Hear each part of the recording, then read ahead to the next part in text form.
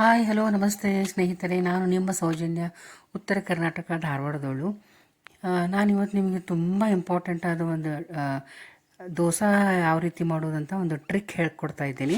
ದೋಸೆ ಯಾವ ರೀತಿ ಅಂತಲ್ಲ, ದೋಸೆ ಹಿಟ್ಟನ್ನು ನಾವು ಸುಮಾರು 1 ವಾರದವರೆಗೂ ಅದು ಹುಳಿ ಬರದೆ ಹಾಗೆ ಯಾವ ರೀತಿ ಪ್ರಿಸರ್ವ್ ಮಾಡೋದನ್ನೋ ಒಂದು ಟ್ರಿಕ್ಕನ್ನು ಹೇಳ್ಕೊಡ್ತಾ ಇದ್ದೀನಿ. ಈಗ ನೋಡಿ, ನಾನು ದೋಸೆ ನೆನೆ ಹಾಕಿದ್ದೆ. ಹಿಂದಿನ ದಿನ ರಾತ್ರಿ ನಾವು ರುಬ್ಬೆಲ್ಲ ನೆನೆ ಹಾಕಿರ್ತೀವಲ್ಲ, ಎಲ್ಲರೂ ಯಾವ ರೀತಿ ಮಾಡ್ತಾರೆ ಅದೇ ರೀತಿ ನಾನು ಈ ರೀತಿ ಮಾಡಿದ್ದೀನಿ. ಸೊ ಎಷ್ಟು ಚೆನ್ನಾಗಿ ಅದು ಹುಳಿ ಬಂದಿದೆ ನೋಡಿ. ಹುಳಿ ಬಂದಾದಮೇಲೆ ನಾವು 1 ದಿವಸ ಮಾಡ್ತೀವಿ, 2 ದಿವಸ ಮಾಡ್ತೀವಿ, ಅದು 3ನೇ ದಿನ ತುಂಬ ಹುಳಿ ಆಗಿಬಿಡ್ತದೆ, ಅದು ಮಾಡೋಕ್ಕಾಗಲ್ಲ. ಸೊ ಅದನ್ನು ನಾವು ಪ್ರಿಸರ್ವ್ ಮಾಡಿಕೊಂಡು 1 ವಾರದವರೆಗೂ ನಾವು ಅದನ್ನು ಯೂಸ್ ಮಾಡ್ಕೋಬೋದು. ಹೇಗೆ 1 ವಾರ ಆದಮೇಲೂ ಸಹ ಅದನ್ನು ಯೂಸ್ ಮಾಡ್ಕೋಬೋದು ಅನ್ನೋದನ್ನು ಹೇಳ್ಕೊಡ್ತಾ ಇದ್ದೀನಿ. ಈಗ ಅದರಲ್ಲಿರುವ ಒಂದು ಸ್ವಲ್ಪ ಬ್ಯಾಟ್ರ್ ತೆಗೆದಿದ್ದೀನಿ ನಾನು. ದೋಸೆ ಬ್ಯಾಟ್ರ್ ತೆಗೆದು 1 ವಾಟಿಯಷ್ಟು ತೆಗೆದಿದ್ದೀನಿ. ಅದಕ್ಕೆ 1 ವಾಟಿಯಷ್ಟು ಅಕ್ಕಿ ಹಿಟ್ಟನ್ನು ಹಾಕಿದ್ದೀನಿ ನೋಡಿ ಸ್ನೇಹಿತರೆ.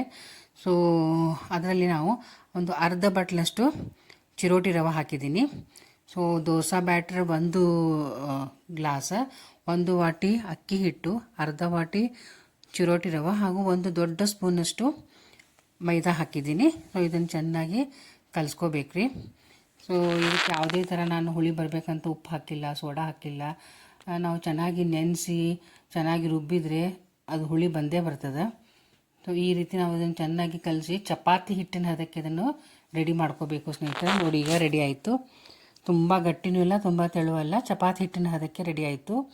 ಸೊ ಈಗ ಚಪಾತಿ ಹಿಟ್ಟಿನ ಅದಕ್ಕೆ ರೆಡಿ ಮಾಡಿಕೊಂಡು ಇದನ್ನು ಹೆಂಗೆ ದೋಸೆ ಮಾಡಿದ್ರಿ ಅಂತ ನಿಮಗೆ ಕ್ವಶನ್ ಮಾರ್ಕ್ ಆಗಿರ್ಬೋದು. ಈಗ ನೋಡಿ, ಇದರಲ್ಲಿ ನಾವು ಕುಡಿಯುವ ನೀರು ಇರ್ತದೆ, ಆ ನೀರನ್ನು ಹಾಕಿ ಅದು ಕಂಪ್ಲೀಟಾಗಿ ಅದು ಕಣಕ ಇರ್ತದಲ್ಲ ಅದು ಮುಳುಗಬೇಕ್ರಿ. ಆ ರೀತಿ ನೀರು ಹಾಕಿ ಅದು ಲಿಡ್ಡನ್ನು ಕ್ಲೋಸ್ ಮಾಡಿ ನಾವು ಫ್ರಿಜ್ದಲ್ಲಿ ಒಂದು 5 ದಿನಗಳವರೆಗೂ ಇದೇ ರೀತಿ ಇಟ್ಟರೂ ಅದು ಯಾವ ರೀತಿಯೂ ಹುಳಿ ಆಗೋದಿಲ್ಲ.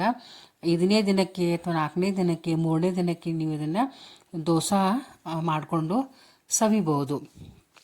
ಒಂದು ಎಳ್ಳಷ್ಟು ಅದರಲ್ಲಿ ಹುಳಿ ಬಂದಿರೋದಿಲ್ಲ ಸ್ನೇಹಿತರೆ. ನೀವೊಂದು ಸತಿ ಮಾಡಿ ನೋಡಿ, ಆಮೇಲೆ ನನಗೆ ಕಮೆಂಟ್ ಮಾಡಿ. ಈಗ ನೋಡಿ, ಸುಮಾರು ಒಂದು 5 ದಿನಗಳವರೆಗೆ ನಾನು ಇದನ್ನು ಇದೇ ರೀತಿ ನಾನು ಫ್ರಿಜ್ನಲ್ಲಿ ಆನ್ ಮಾಡಿ ಇಟ್ಟಿದ್ದೆ. ನೋಡಿ, ಈ ರೀತಿ ಅದು ಮೇಲೆಲ್ಲ ನೀರು ಬಂದಿರ್ತದಲ್ಲ, ಅದರಲ್ಲಿ ಹುಳಿ ಎಲ್ಲ ಬಂದಿರ್ತದೆ, ಹಿಟ್ಟಿನಲ್ಲಿರುವ ಹುಳಿ ಅಂಶ ಮೇಲ್ಗಡೆ ಬಂದಿರ್ತದೆ. ಸೊ ಅದನ್ನು ನಾವು ಚೆನ್ನಾಗಿ ಈ ರೀತಿ ಸೋಸಿ ತೆಗಿಬೇಕು. ಅದು ಹಿಟ್ಟು ತುಂಬ ತೆಳುನೂ ಆಗೋದಿಲ್ಲ, ಗಟ್ಟಿನೂ ಇರೋದಿಲ್ಲ. ನೋಡಿ, ಈ ರೀತಿ ಇರ್ತದೆ. ಸೊ ಚೆನ್ನಾಗಿ ನೀರು ಅದರಿಂದ ತೆಗೆದು ಅದನ್ನು ನಾವು ಮತ್ತೆ ಸ್ವಲ್ಪ ಫ್ರೆಶ್ ಆಗಿರುವ ನೀರನ್ನು ಹಾಕಿ ದೋಸೆ ಹಿಟ್ಟಿನ ಹದಕ್ಕೆ ಅದನ್ನು ನಾವು ರೆಡಿ ಮಾಡ್ಕೋಬೇಕಾಗ್ತದೆ. ಈಗ ನಾನು ಇದಕ್ಕೆ ಸ್ವಲ್ಪ ನೀರನ್ನು ಮಿಕ್ಸ್ ಮಾಡಿ ದೋಸೆ ಹಿಟ್ಟಿನ ಹದಕ್ಕೆ ರೆಡಿ ಮಾಡ್ಕೊಳ್ತೀನಿ. ಸುಮಾರು 1 ವಾಟಿಯಷ್ಟು ನೀರು ಹಿಡಿತದೆ, ನೋಡಿ ಹಾಕ್ಕೋಬೇಕು. ಒಮ್ಮೆಲೆ ಭಾಳ ನೀರು ಹಾಕಬೇಡ್ರಿ, ಯಾಕಂದರೆ ಆಲ್ರೆಡಿ ಆ ಹಿಟ್ಟು ನೆನೆದಿರ್ತದೆ. ಅದಕ್ಕೆ ತುಂಬ ನೀರನ್ನು ಹಿಡ್ಕೊಳ್ಳೋದಿಲ್ಲ. ಸೊ ಸ್ವಲ್ಪ ಹಾಕ್ತಾ ನೋಡಿ ಅದನ್ನು ದೋಸೆ ಹಿಟ್ಟಿನ ಅದಕ್ಕೆ ರೆಡಿ ಮಾಡ್ಕೊಳ್ಬೇಕು. ಆಮೇಲೆ ಇದಕ್ಕೆ ರುಚಿಗೆ ತಕ್ಕಷ್ಟು ಸ್ವಲ್ಪ ಉಪ್ಪನ್ನು ಹಾಕಿ ನಾವು ದೋಸೆ ಮಾಡ್ಕೋಬೇಕು. ನೋಡಿರಿ ಯಾವ ರೀತಿ ಅದು ಗಟ್ಟಿಯಾಗಿ ಕೂತಿದೆ. ಅದು ಈ ರೀತಿ ಈಗ ನಾವು ರೆಡಿ ಮಾಡ್ಕೊಂಡಿರ್ತೀವಲ್ಲ, ಇದು ಇವತ್ತೇ ನಾವು ರುಬ್ಬಿದ್ದೀವಿ, ಆ ಒಂದು ಘಮ ಇರ್ತದೆ ಇದರಲ್ಲಿ. ಹುಳಿ ಅಂತೂ ಒಂದು ಎಳ್ಳಷ್ಟು ಇರೋದಿಲ್ಲ. ನೀವು ಒಂದು ಸಲ ಟ್ರೈ ಮಾಡಿ ನೋಡಿ, ಅದು ನನಗೆ ಕಮೆಂಟ್ ಮಾಡಿ. ಈಗ ನಾವು ಈ ರೀತಿ ಪ್ರಿಸರ್ವ್ ಮಾಡ್ಕೊಂಡು ಇಟ್ಕೋದ್ರಿಂದ ನಮ್ಗೆ ಯಾವಾಗ ಬೇಕೋ ಆವಾಗ ನಾವು ದೋಸೆ ಸವಿಬೋದು. ಈಗ ನಾನು ರುಚಿಗೆ ತಕ್ಕಷ್ಟು ಉಪ್ಪನ್ನು ಸೇರಿಸ್ತಾ ಇದ್ದೀನಿ ಇದರಲ್ಲಿ.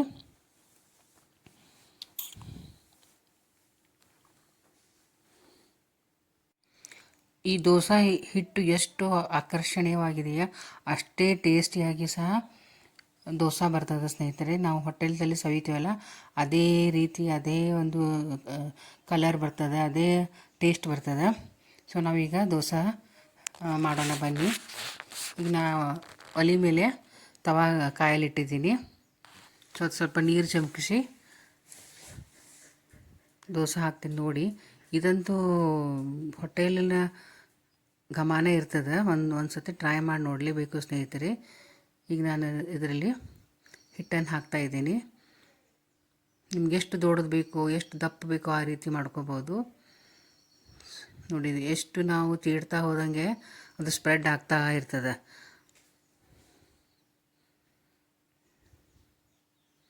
ಸ್ವಲ್ಪ ಎಣ್ಣೆನೋ ಅಥವಾ ತುಪ್ಪನೋ ಮೇಲ್ಗಡೆ ಹಾಕಿ ಮೀಡಿಯಮ್ ಫ್ಲೇಮ್ನಲ್ಲಿನೇ ಬೇಯಿಸಬೇಕು. ತುಂಬ ಜೋರು ಇಡಬೇಡಿ, ತುಂಬ ಸ್ಲೋ ಇಡಬೇಡ್ರಿ. ಫ್ಲೇಮನ್ನು ಮೀಡಿಯಮ್ದಲ್ಲಿ ಇಡಿ. ತುಂಬ ಜೋರಾಗಿಟ್ಟರೆ ಹೊತ್ತು ಹೋಗ್ಬಿಡ್ತದೆ.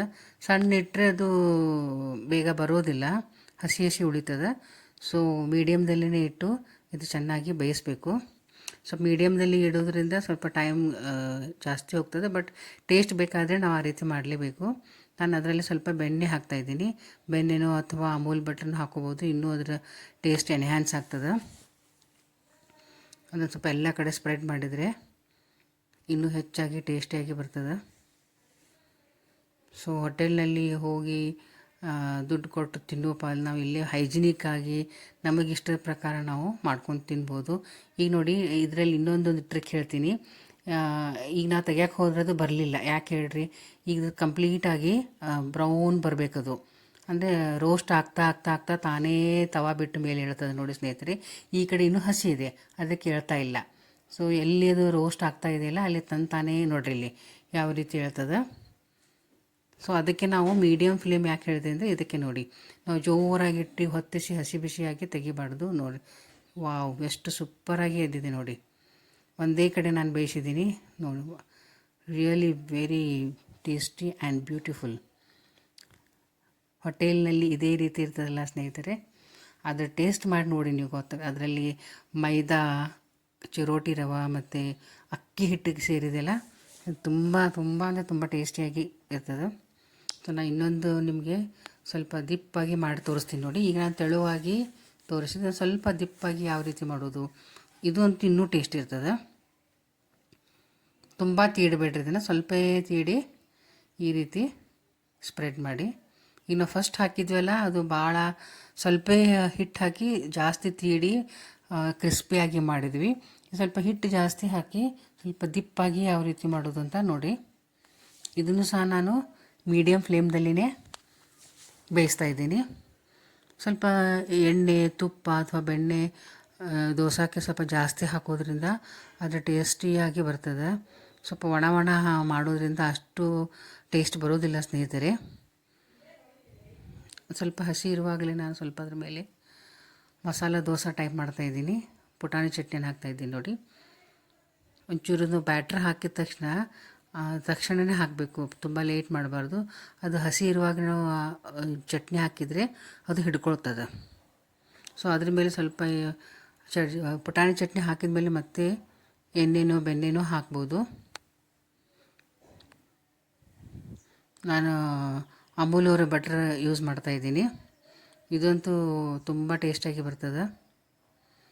ಸ್ವಲ್ಪ ಎಲ್ಲ ಕಡೆ ಸ್ಪ್ರೆಡ್ ಮಾಡಿದರೆ ಆ ಪುಟಾಣಿ ಚಟ್ನಿ ದೋಸೆಗೆ ಅಂಟ್ಕೊಳ್ತದೆ. ಸೊ ನೀವು ಈ ರೀತಿ ಟ್ರೈ ಮಾಡಿ ನೋಡಿ. ಅಂದರೆ ದೋಸೆ ಮಾಮೂಲಾಗಿ ಎಲ್ಲರೂ ಮಾಡ್ತಾರೆ, ಮಸಾಲೆ ದೋಸೆನೂ ಮಾಡ್ತಾರೆ, ಪ್ಲೇನ್ ದೋಸೆನೂ ಮಾಡ್ತಾರೆ. ಬಟ್ ಈ ರೀತಿ ಪ್ರಿಸರ್ವ್ ಮಾಡಿಟ್ಕೊಂಡು 5-6 ದಿನವೂ ಇಟ್ಕೊಂಡು ಅದರಲ್ಲಿ ಯಾವುದೇ ರೀತಿಯ ಹುಳಿ ಬರದ ಹಾಗೆ ಯೂಸ್ ಮಾಡ್ತೀವಲ್ಲ, ಅದು ನೀವು ಟ್ರೈ ಮಾಡಿ ನೋಡಿ. ನೋಡಿ ಎಷ್ಟು ಚೆನ್ನಾಗಿ ಬೇಯ್ದಿದೆ. ಇದರಲ್ಲಿ ಸ್ವಲ್ಪ ನಾನು ಸ್ವಲ್ಪ ಬಟಾಟೆ ಪಲ್ಯನ ಹಾಕ್ತಾಯಿದ್ದೀನಿ. ಹೋಟೆಲ್ದಲ್ಲಿ ಹಾಕ್ಕೊಡ್ತಾರಲ್ಲ, ಪ್ಲೇನ್ ದೋಸೆ ಆಯಿತು, ಈಗ ಮಸಾಲೆ ದೋಸೆ, ಇದು ಸೆಕೆಂಡ್ ವೆರೈಟಿ. ತುಂಬ ರುಚಿಕರವಾದ ಹಾಗೂ ಹೋಟೆಲ್ ಟೇಸ್ಟ್ ಇರುವ ನಮ್ಮ masala dosa ready to eat. ಬಾಯಲ್ಲಿ ನೀರು ಬರ್ತಾಯಿದ್ದಲ್ಲ ಸ್ನೇಹಿತರೆ, ಅಂದರೆ ನೀವು ಟ್ರೈ ಮಾಡಲೇಬೇಕಾಗ್ತದೆ. ನನ್ನ ಚಾನಲನ್ನು ಸ್ವಲ್ಪ ನೋಡಿ, ಕಡೆಯವರೆಗೂ ನೋಡಿ, ಸ್ಕಿಪ್ ಮಾಡಬೇಡಿ, ಸಬ್ಸ್ಕ್ರೈಬ್ ಮಾಡಿ.